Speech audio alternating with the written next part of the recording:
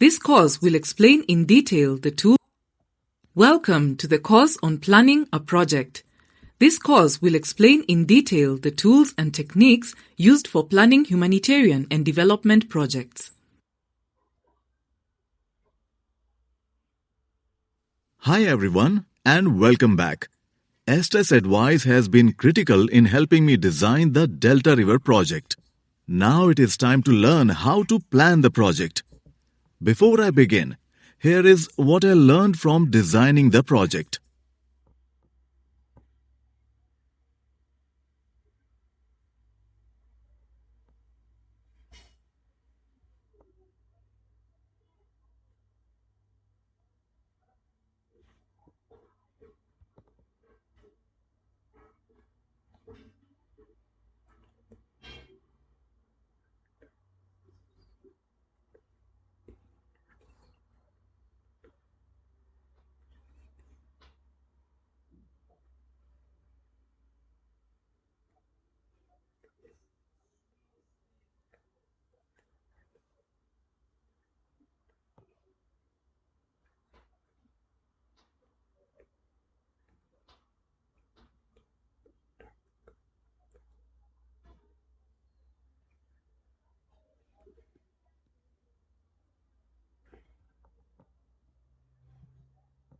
You now know how to analyze and design a project effectively. Now, let's learn how to plan a project. Here's what you will learn in this course.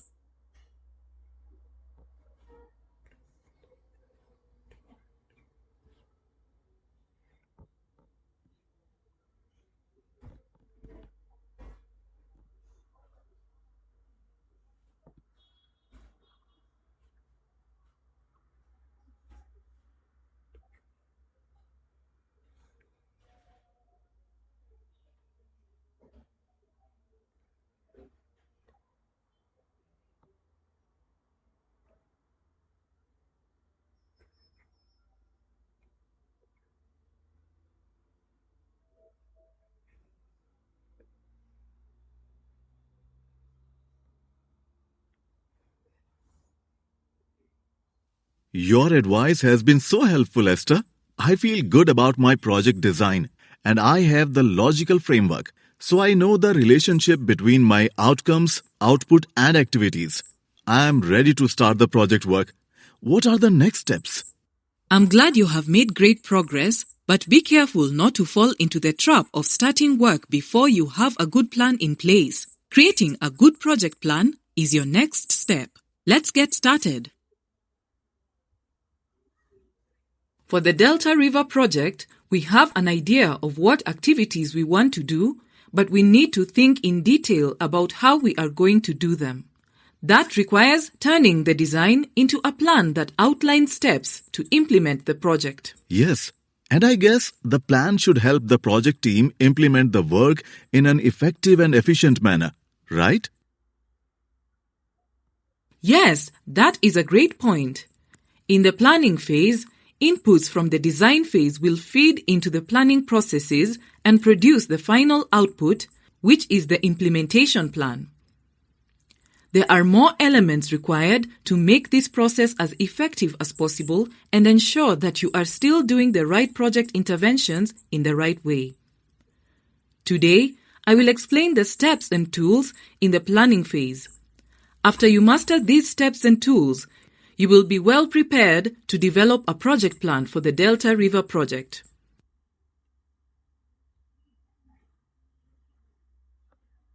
Before you start planning your project actively, there are some things that you should be cautious of and possibly avoid.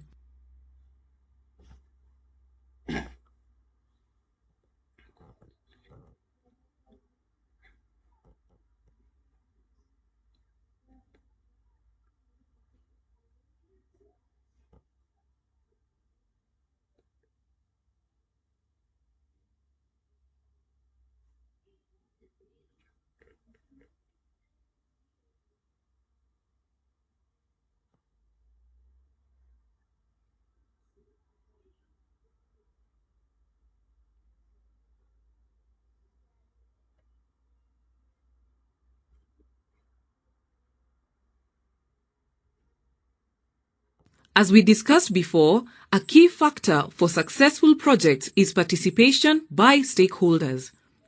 One of the first steps to effective planning is taking your stakeholder matrix and determining which stakeholders need to be involved at the right time and how they will participate. While you must encourage and prioritize participatory processes during each phase of the project lifecycle, this is especially true for the planning process.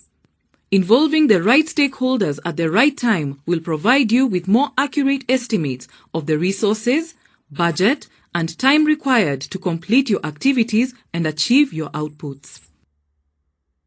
So how would you encourage participation from both external and internal stakeholders?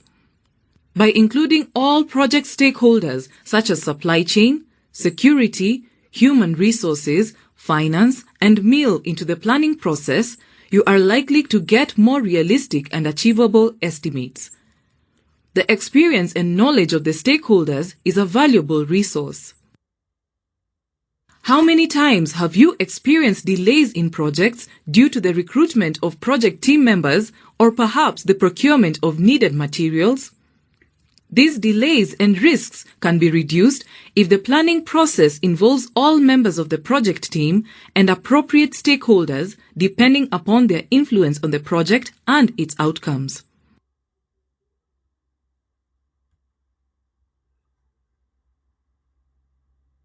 Good participation in the planning process comes with many advantages. Here are a few of them.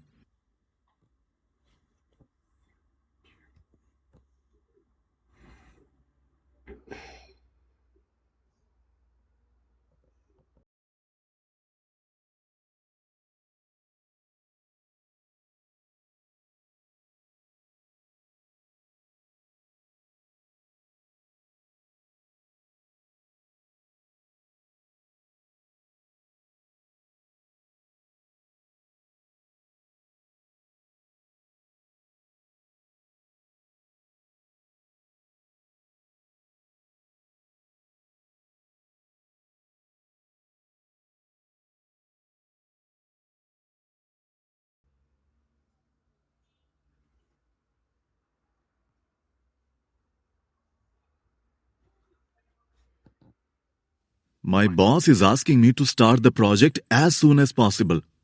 They say that this pressure is coming from their boss and the donors. What should I do?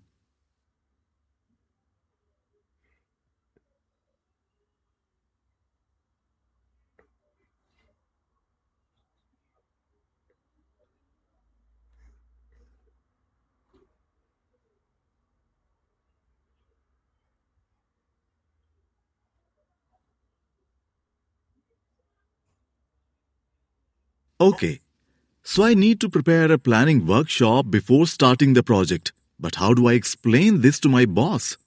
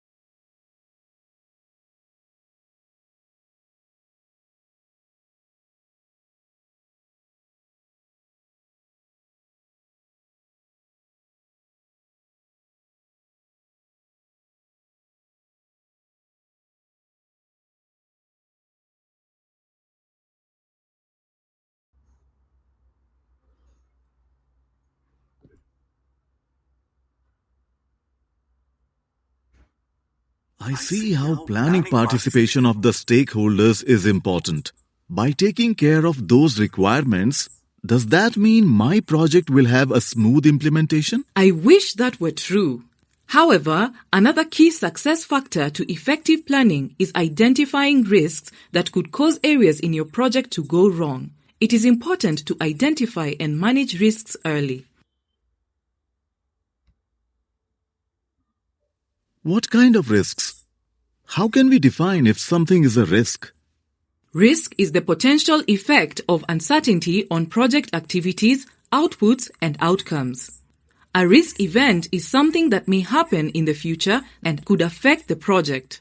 In other words, a risk is something that could prevent the project from achieving the outputs and outcomes within the time, budget, scope, and quality outlined. Therefore, identifying and managing risks is essential to the success of a project. Risks are often overlooked or perceived as something that is done only for compliance. That is why, in the planning phase, your primary task will be to explore the potential project risks. Well, I feel that there could be several risks involved in my project. How can I make sure I identify them all? I understand your concern. There are many types of risks. Let's look at some categories of risks that will help you to consider risks for your project. Each project is unique and has its own set of risks. It's not possible to have a standard list of risks that applies across all projects. However, this set of risk categories can help you consider and identify risks appropriate for each project. Let's look at each one of these risk categories.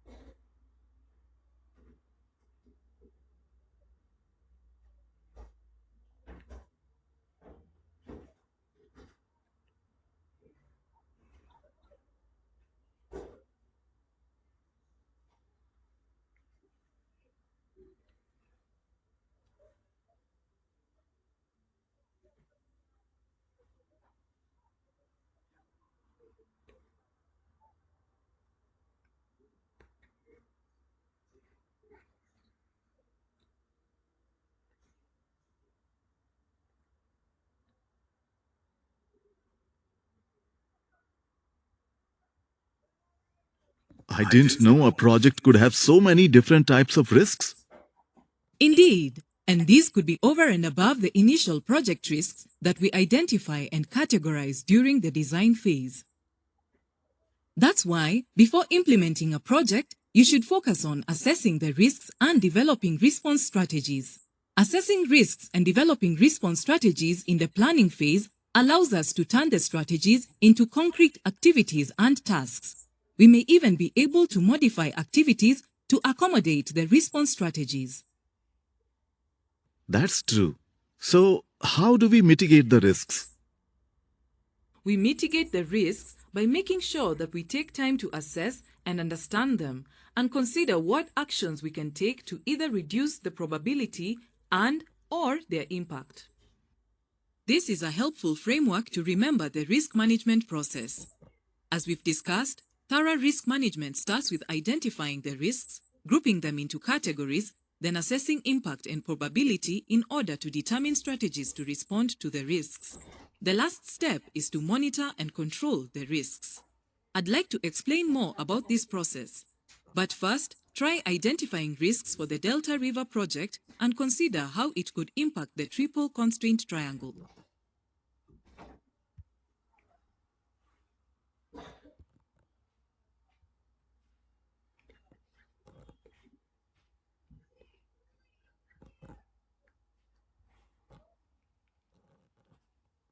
What are some possible risks for the Delta River project?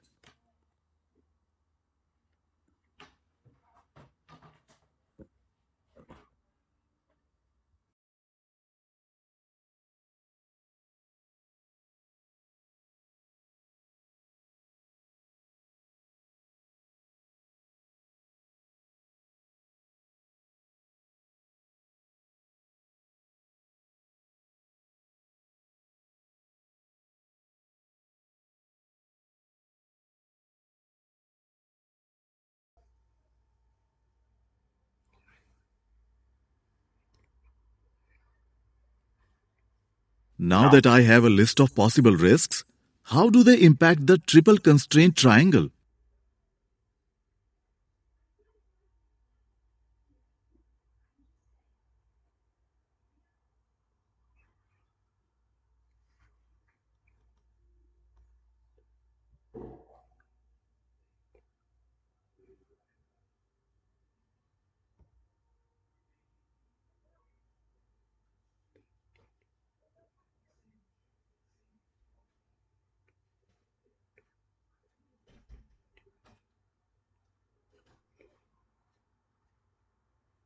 When defining risks for your project, you should think about probability and impact.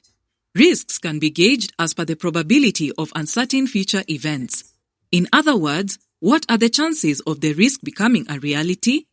Risks also have the potential to negatively impact the project on time, cost, resources, quality, and scope. This is why it is important to anticipate risks and manage them proactively.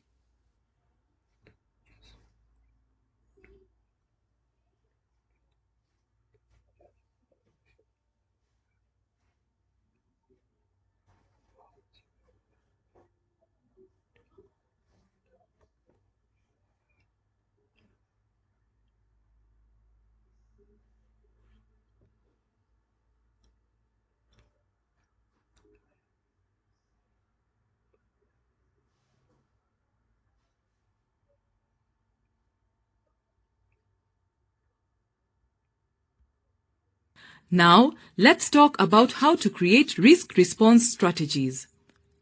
Risk identification and assessment form the basis for sound risk response. Remember that the goal of risk management is not to eliminate all project risk. That is impossible. The goal is to prioritize risks according to their impact and probability and decide how to best respond to them. Risks change over time, so they need to be actively reviewed and assessed based on their probability and impact. It's also a good idea to review the response strategies and ensure they are still relevant to the context and the risk.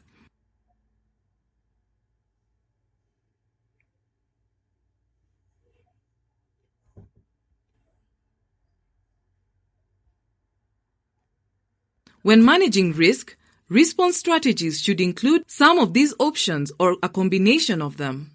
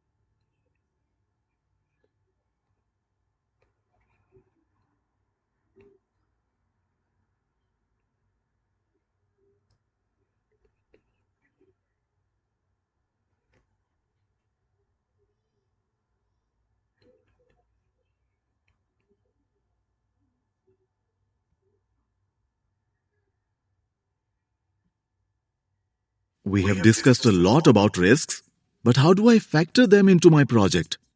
Sure, let's look at it in more detail.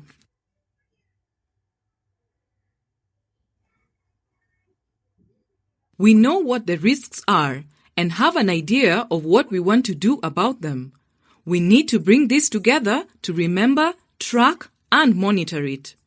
A key tool used for managing project risks is called a risk register.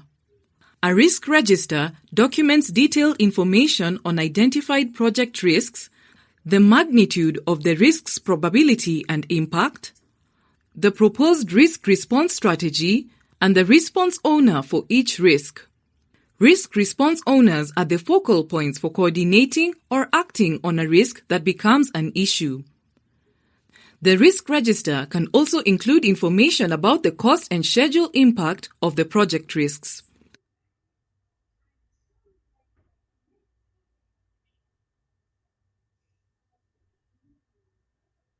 The format of a risk register varies by an organization or by project. Whichever format you choose, make sure to include the risk, its status, probability and impact, response strategy, and risk response owner.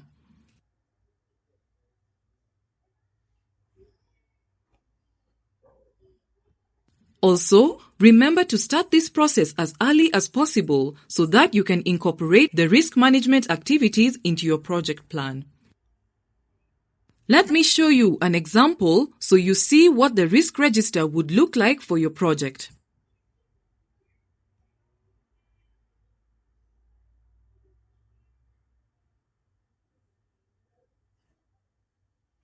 As we discussed, this risk register details the risk, the likely response strategy, and the owner for that risk. The scores for probability, impact, and risk are relative and may change or vary.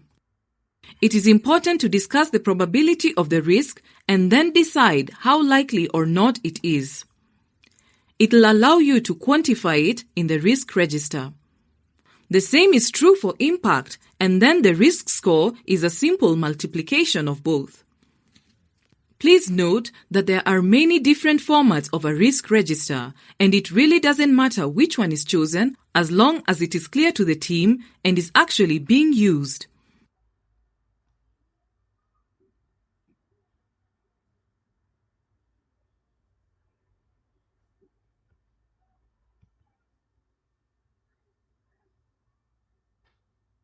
Now, let's populate the risk register for the Delta River project.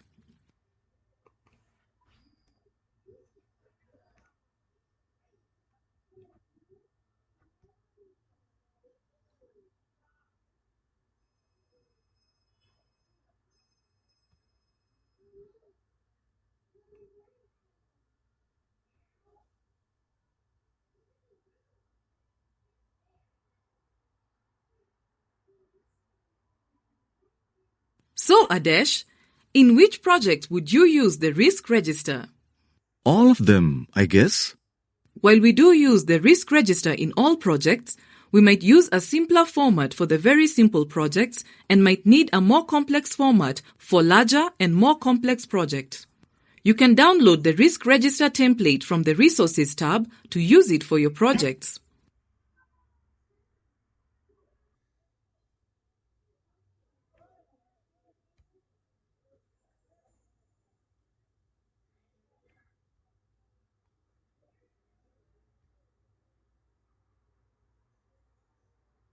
The last step of the risk management process focuses on the need to continually revisit the risks from the earliest stages of the project through the entire implementation phase. The reason this is important is that as the project evolves, some risks will be resolved or diminished, and some may surface and get added. Your project plan should have agreed upon dates to revisit and reanalyze risks. Risk monitoring and control will happen during the implementation phase, but you must ensure that risk management remains a living process and identify when, how, and with whom the risks will be updated.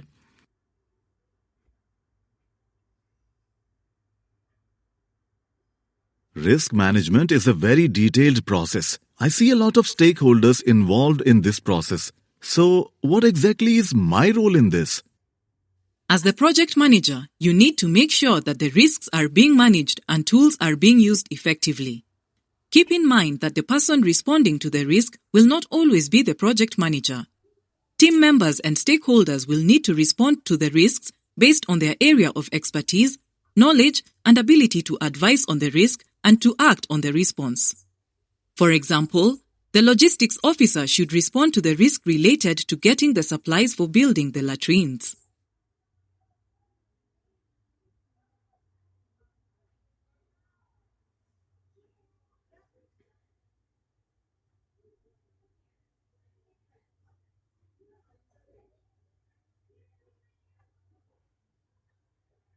Now is the time to consider how complex and detailed a plan you need. Remember, the purpose of the plan is to help the implementers to implement the work, not just please the bosses or donors. Yes, now I understand. Simpler projects may not need as much detail as long, complex projects, but you always need to have a project plan. That's right. So, at this stage, to determine the complexity of the project plan, ask yourself the following questions.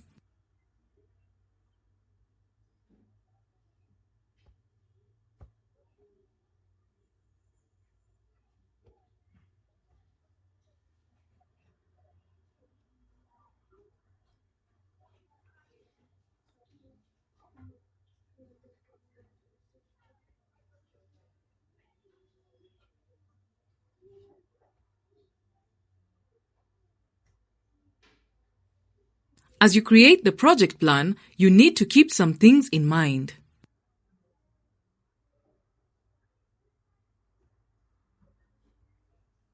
For projects over 6 months, consider using a stage planning process. Below is an example of a stage map. A stage map simply takes a longer and bigger piece of work and breaks it down into smaller pieces for easier planning and management.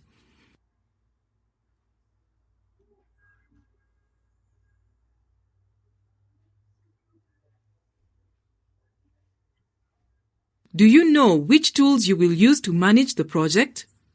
More importantly, is the project team trained and aware of the tools and their functions, and the points in the project in which these tools need to be reviewed and updated? Before you start creating the project plan, answer these questions on tools and processes.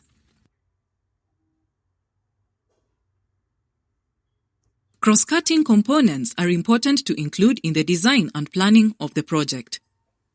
Gender ensures gender balance and equity is addressed in each intervention. Protection ensures the project is not causing any harm to the community and targeted beneficiaries. To incorporate this, include processes for reporting protection-related violations and design your project based on the needs and conditions of the most vulnerable groups. Disability ensures equitable access to products and services for people with disabilities as part of serving an entire community. You should discuss the meaning of these components with the team and make sure each component is addressed in your project plan.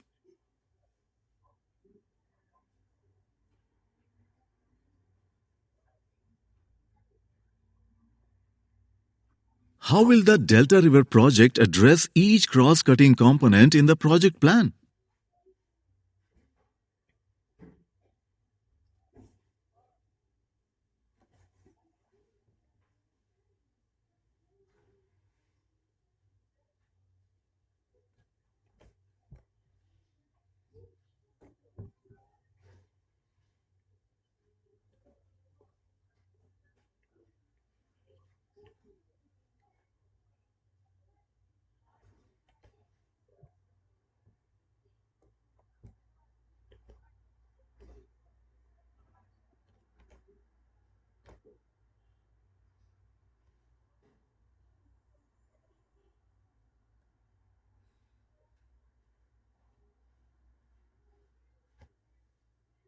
Now that we have addressed the planning considerations, we are ready to look at the project schedule.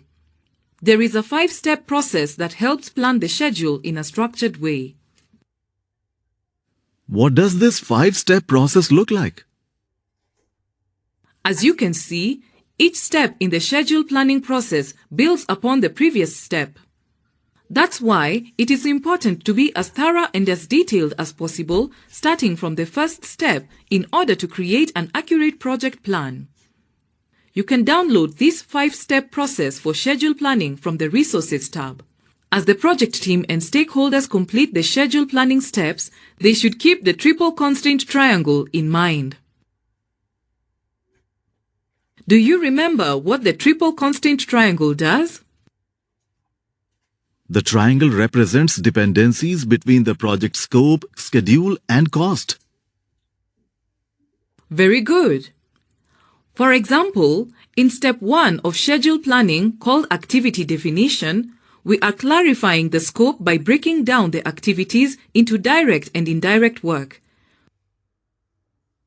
This makes it easier to determine how long the activities will take and how much they will cost. So, The triple constraint triangle is a helpful framework for developing a realistic and achievable schedule that helps the project implementers do the work.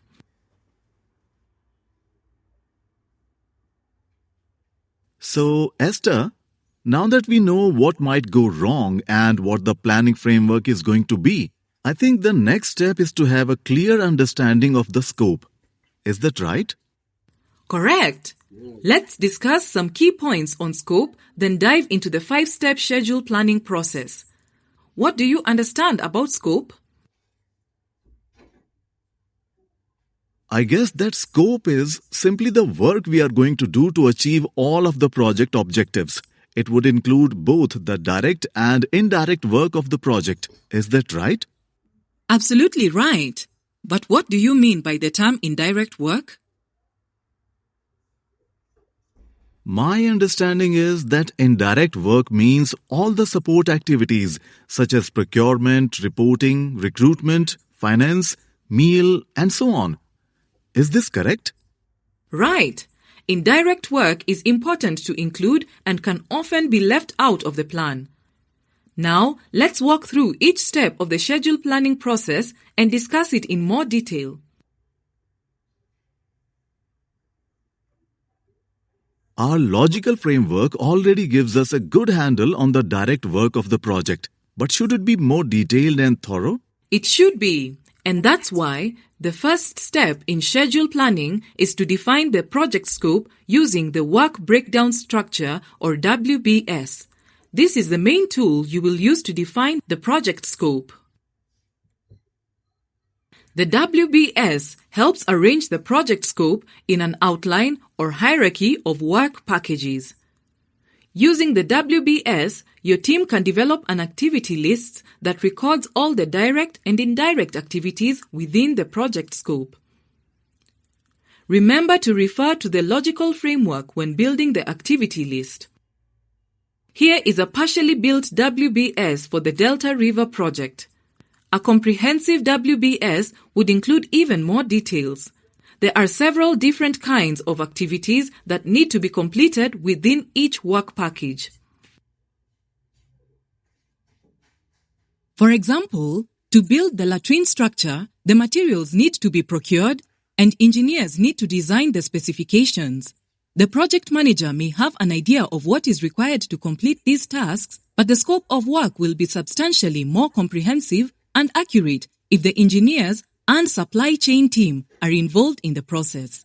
This is a good example of the indirect work that we talked about. That's why it is essential to take a participatory approach and involve all stakeholders. Other examples of indirect work include recruiting and training the field workers who will be digging the holes, or tasks such as baseline surveys, project monitoring tasks, selecting and hiring the project team, setting up IT systems to monitor the project, or a general capacity training program are all examples of indirect work. All this work should be planned appropriately. After all, work doesn't take care of itself. For the Delta River project, your project activities are now broken down into smaller sub-activities, but at this point, they are not in order of when they should be completed. When you create a WBS for any project, keep in mind that you are trying to identify all the tasks or activities that need to be completed but not putting them in order of when they need to happen.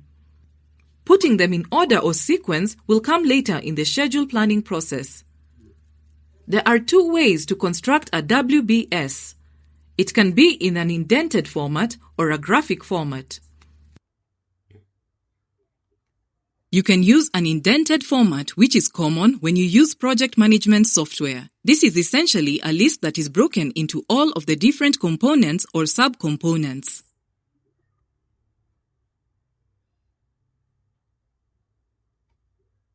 The graphic format is good for encouraging participation. You can also do this by using sticky notes on a wall. It really is that flexible. You are doing the same as with the indented format, but this is easier for many people to start with. You can see the relationship between activities and tasks very easily, and move them around until everyone is happy with the WBS. You can download the WBS format template from the Resources tab.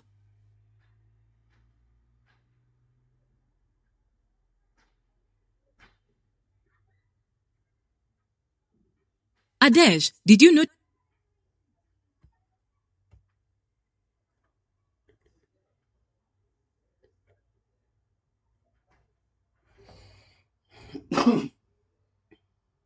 anything common between the logical framework and WBS? I think so. I noticed that quality latrines being constructed is the starting point for the WBS and also the output from the logical framework. Exactly. We are connecting the logical framework to the WBS and adding more details by including the direct and indirect work. This helps develop a thorough understanding of the scope. That's interesting. I have another question. How detailed do I need to make the WBS? That's a good question. You need to make it detailed enough so that you have an understanding of the tasks that make up the project activities and the implementers can understand what they have to do.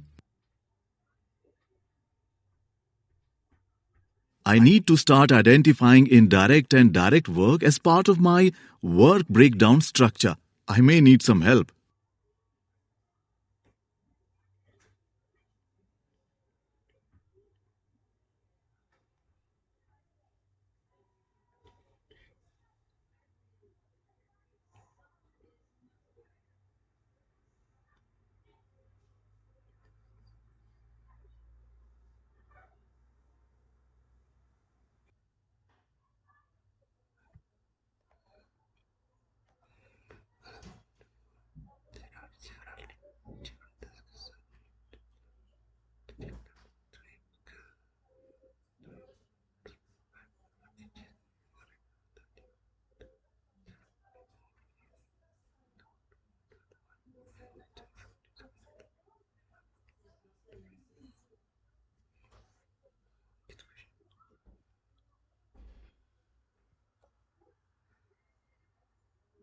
Did we finish step 1 of the schedule planning process? Yes, now that we know what the activities are, we can start putting them in the order they need to occur. Once all the activities have been defined in the WBS from step 1, the project team organizes the activities in the sequence they need to happen using the network diagram. The network diagram graphically represents the sequences, relationships, and dependencies between the activities outlined in the WBS.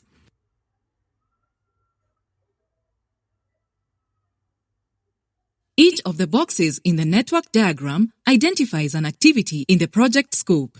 These boxes are connected by arrows that indicate their dependencies. These identify how project activities relate to each other within the context of the schedule and the sequence through which the activities need to be completed. In some cases, the sequence of activities is linear, which requires that one activity be completed before another can begin. Other boxes are on parallel paths and can be sequenced independently of each other.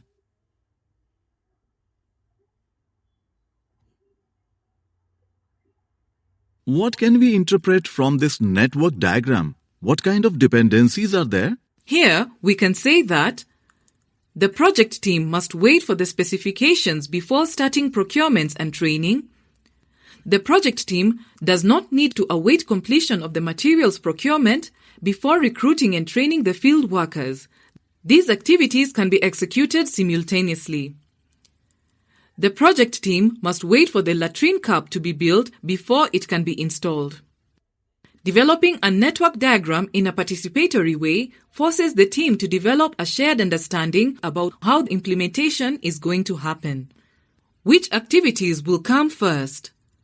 Which activities will follow on? Which activities can be done in parallel? Remember, tasks listed in the network diagram are fed by the WBS.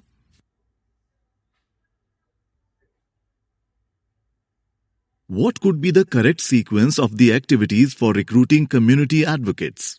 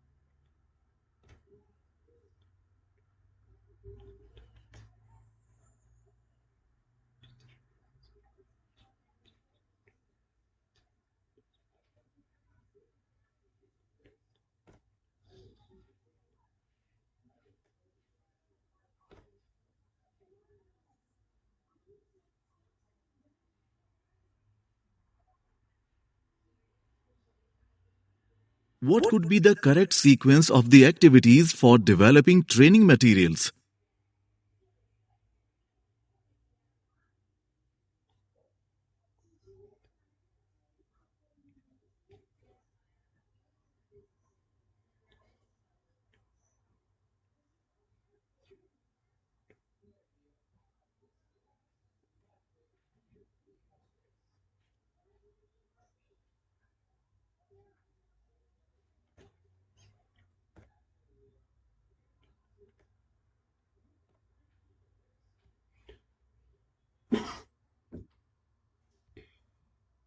What could be the correct sequence of the activities for booking a training venue?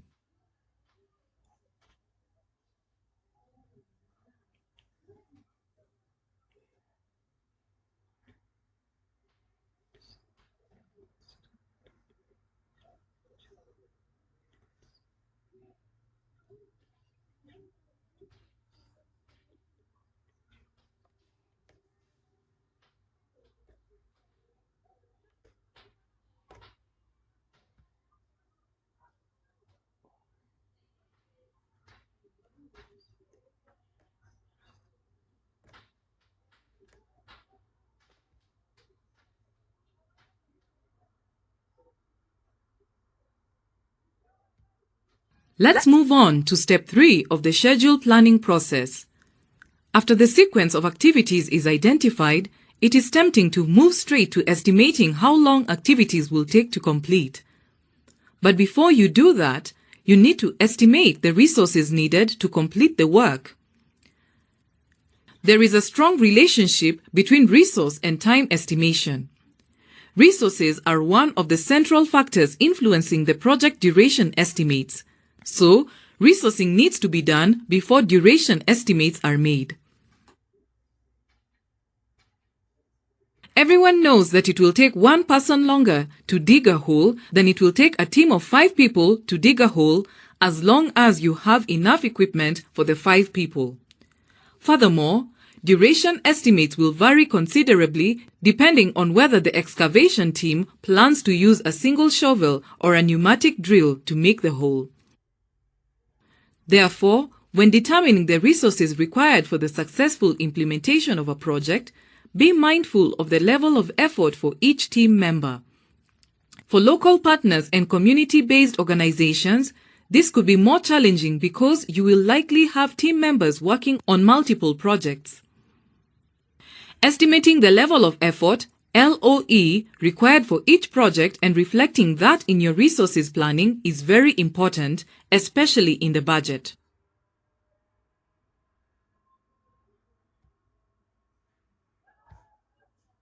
The number and quality of resources depend on various factors such as time, budget, regulations and organizational policies, and other factors that influence resource availability. During planning, there may also be known constraints that the team needs to be mindful of.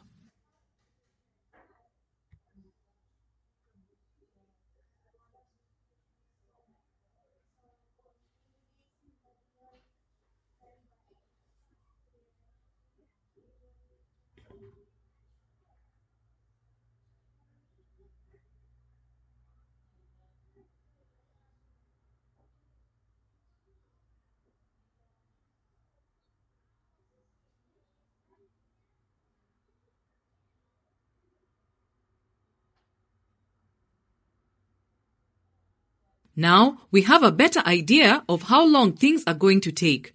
It may be tempting to start focusing on the budget, but if you don't know the schedule, you cannot create an accurate budget. We will talk about the budget shortly. Let's continue with how to estimate activity duration.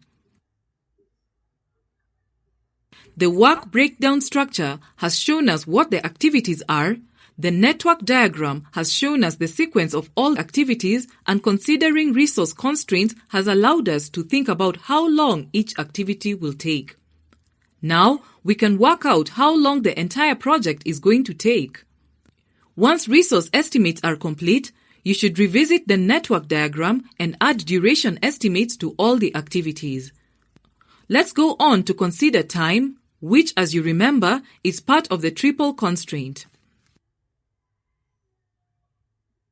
Here, we've got an example of the network diagram for the latrine construction component of the Delta River project.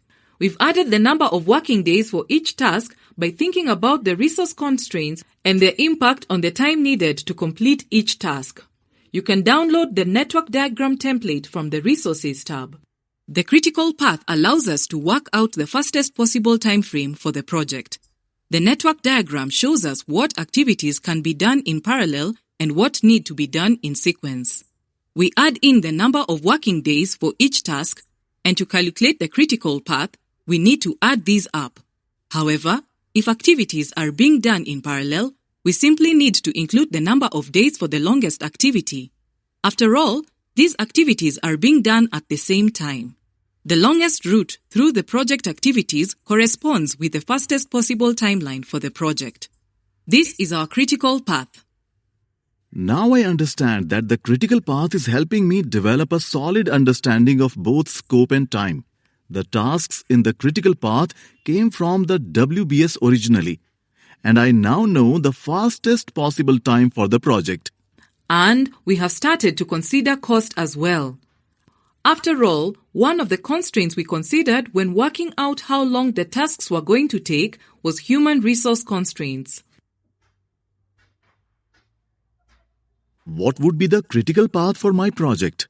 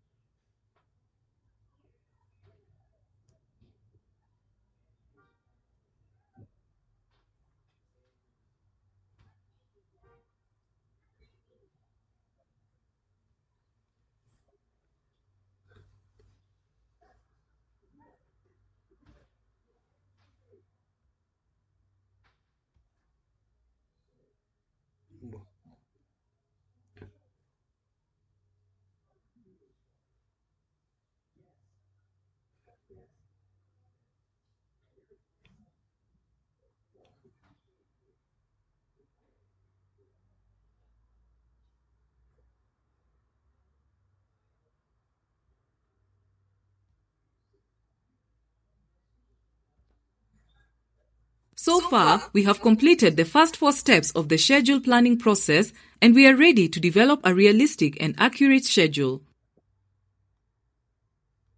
I'm eager to learn more so I can create the Delta River project schedule.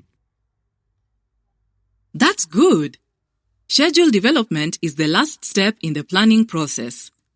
In this step, the key tool that we will use is the Gantt chart, which is also called the work plan. It is much easier to manage and implement projects if we can see the individual tasks represented graphically, and we can then see dependencies and which tasks can be conducted in parallel. It gives us a graphical overview of the whole project.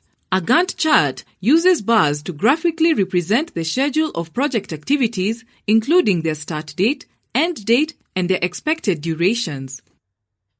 Schedule or timelines are usually placed on the columns. The project activities are categorized and are usually placed in rows. You can download the Gantt chart template from the Resources tab. That seems really helpful. What would the Gantt chart look like for my project?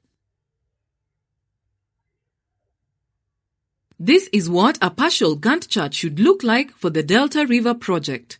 A Gantt chart is fairly easy to prepare, read, and use, but its complexity and level of detail can vary. If the tasks of a project are complex, you may find that the Gantt chart is helpful to see dependencies from one task to another. It is important to be aware of the dependencies.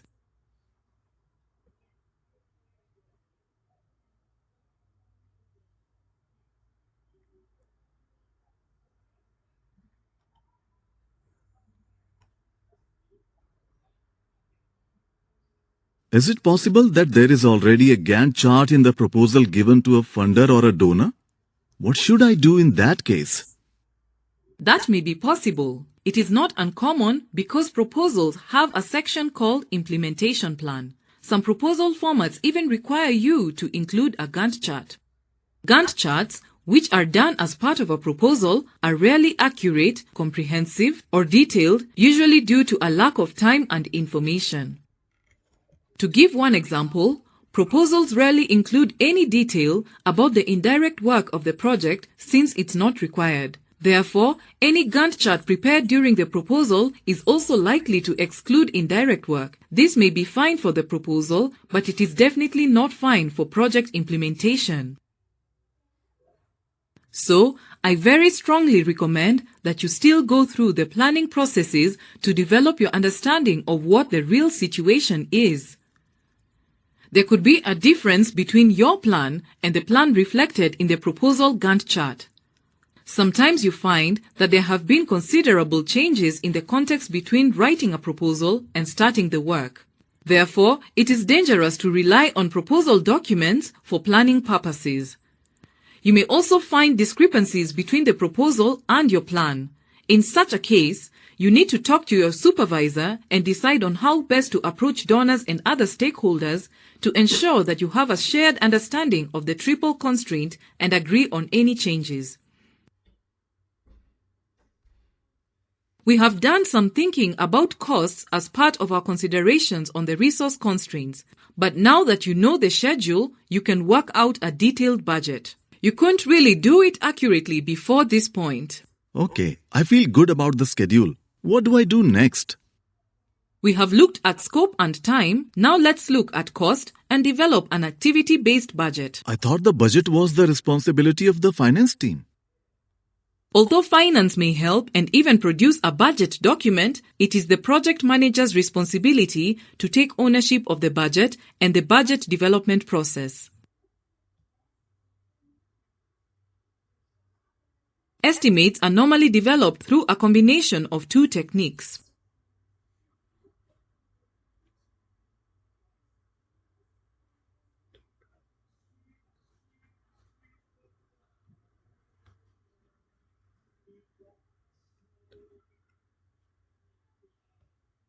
We have just looked at top-down and bottom-up estimates.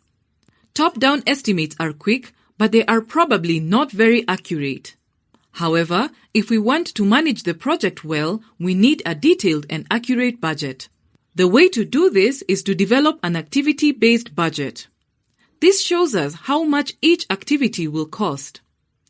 Now that we know the schedule, we can consult with the project staff to develop bottom-up estimates and use these to build our activity-based budget.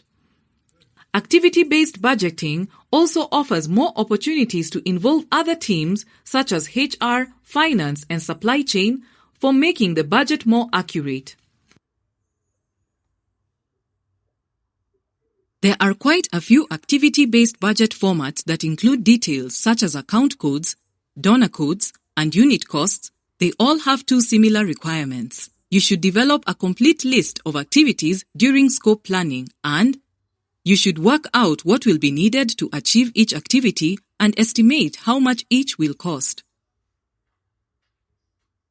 If you meet these two requirements, the budget will provide details for each activity and show associated costs that can be monitored. If monitoring shows that actual expenses have exceeded cost estimates, then you will know that the project is unlikely to deliver the complete project scope. Then you will need to replan to include more efficient ways of working, or you can request your project governing body to adjust the project scope. Select each activity to populate its columns.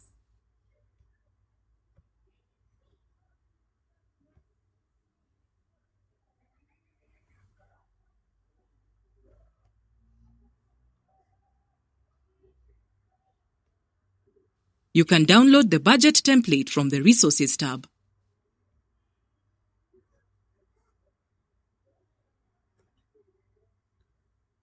Now that I have my schedule and budget, it seems like we are almost done with the planning phase. What comes next? We are almost there. The next step is to prepare the implementation plan where everything comes together. The real focus of the implementation plan is to help the implementers successfully complete the project. A comprehensive and integrated project plan should consider several aspects. Depending on the complexity of the project, you may focus more on some aspects than others. You, as the project manager and the project stakeholders, should determine what is the most appropriate activity for the project, keeping in mind the project context, complexity, stakeholders involved, and the environment.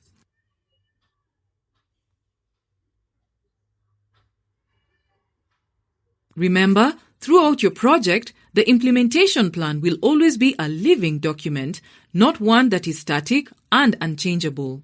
If the project is long or complex in nature, you may plan the scope using stages. For each stage in the project, you can identify a comprehensive and detailed scope of work. You mentioned stage plans earlier. Why are they so important? Stage planning helps because planning for a long time frame is difficult. The more time, the harder it is to create a detailed plan. Planning for a short time frame, such as next week or next month, is easier because the time frame is closer and more information is available. Simply said, stage planning is a structured process of taking a big piece of work and breaking it down into smaller pieces. The project manager decides if the stage is 1 week, 1 month, or more. As you get to the end of each stage, you need to review the next stage and then build out the details for it. Could you please elaborate with an example? Sure. Let's assume a project that is divided into 4 stages. During the planning, a comprehensive scope of work will be developed for stage 1 based on the deliverables during that stage. High-level activities and deliverables will be identified for the remaining 3 stages but not detailed until you reach that stage. As each stage approaches, the team can validate the deliverables and activities for that stage and develop a comprehensive and detailed scope of work. This continues throughout all stages of the project. A stage plan makes the implementation plan more flexible to adapt to the changing situation and continuously ensures that the project moves forward through the review process.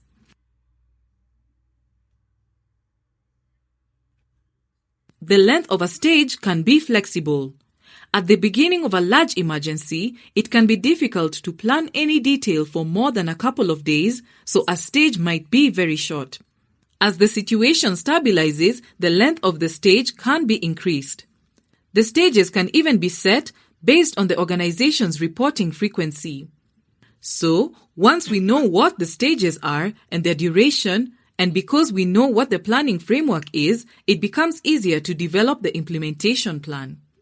All you are doing as you create stages is setting the framework for detailed and comprehensive planning. It is easier to do detailed and comprehensive planning for a much shorter period. We are simply trying to break up the project into smaller pieces to make it easier to plan and manage. For example, if you are working on a project that consists of distributing food and NFIs, non-food items, and the project will last for 18 months, it is very difficult to plan in detail over 18 months. So, we can break the project into stages. These could be monthly or quarterly. We can then develop a much more detailed and comprehensive plan for the next stage. As we get to the end of the stage, we can develop the plan for the following stage. You can conduct a review at the conclusion of each stage to re-examine the needs, numbers of beneficiaries, and methods of distribution.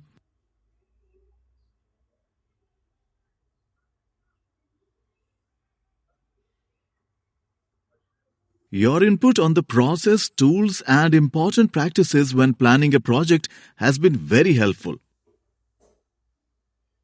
I look forward to giving you input on the implementation phase. I'm eager to get started on implementation, and I know the team is excited as well. Adesh seems to have grasped things very quickly. Here is what he needs to keep in mind about planning a project.